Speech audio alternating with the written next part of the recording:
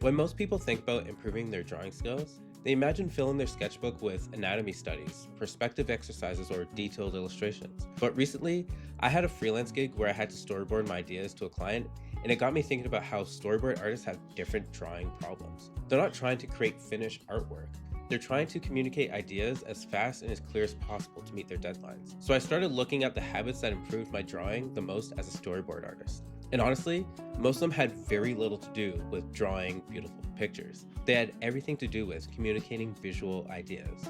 So here are the biggest lessons that I've learned. Number one, don't draw from imagination. I know. This sounds strange. Storyboarding is creative work.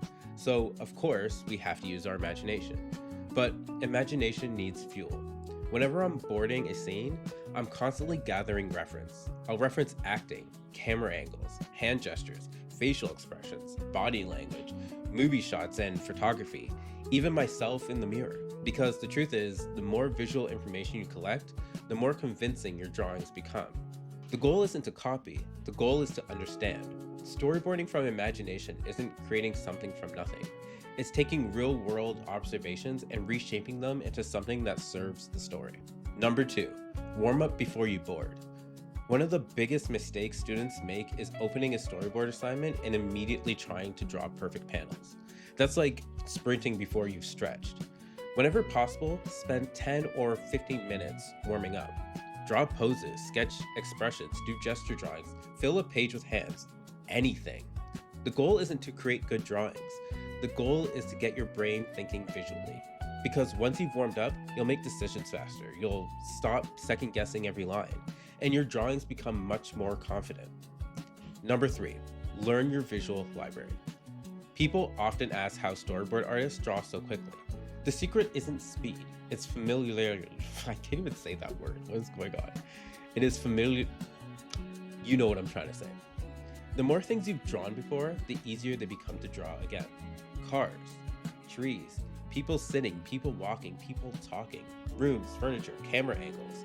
If you've drawn these subjects hundreds of times, your brain builds a visual library, and suddenly you're not solving the same problem over and over. You're pulling from experience. Every sketch you make adds something to that library. Number four, find the biggest shapes first. This is probably the most important drawing skill in storyboarding. Students often jump straight into details like eyes, hair, clothing folds, or fingers. But storyboarding artists think differently. We ask, what's happening in the shot? Where is the character? What is the audience supposed to look at? What is the silhouette? What is the camera angle? If the big shapes don't work, details won't save your drawing. Strong storyboards are built from strong, simple shapes. The details come later, if they come at all, which brings us into number five. Think in clarity, not drawing quality. Let me explain this a little. Your drawing needs to be readable. If the audience understands your action instantly, you've succeeded. Sometimes a rough stick figure communicates an idea better than a polished drawing. That's because clarity is king. Every line should help communicate the story. If a detail doesn't help the story, it probably doesn't need to be there. Number six, not everything needs equal attention. One of the best storyboard artists I've worked with understood this perfectly. They knew where to spend their effort. Important acting moments got more attention. Key storytelling panels got more attention. Complex camera moves, well, you get the idea. It got more attention. Everything else stayed loose, and that's okay. Storyboarding isn't about creating hundreds of finished illustrations. We'd never get our jobs done if that were the case. It's about directing the viewer's attention. Sometimes a rough sketch is exactly what the panel needs. In fact, leaving certain areas unfinished often makes the important information stand out even more. The biggest surprise to me wasn't that my drawings improved. It was discovering that drawing for storyboarding is really about thinking about communication, thinking about storytelling and clarity. The best storyboarding artists aren't necessarily artists who draw the prettiest pictures. They're the artists who can communicate an idea so clearly that everyone on the production understands exactly what's happening.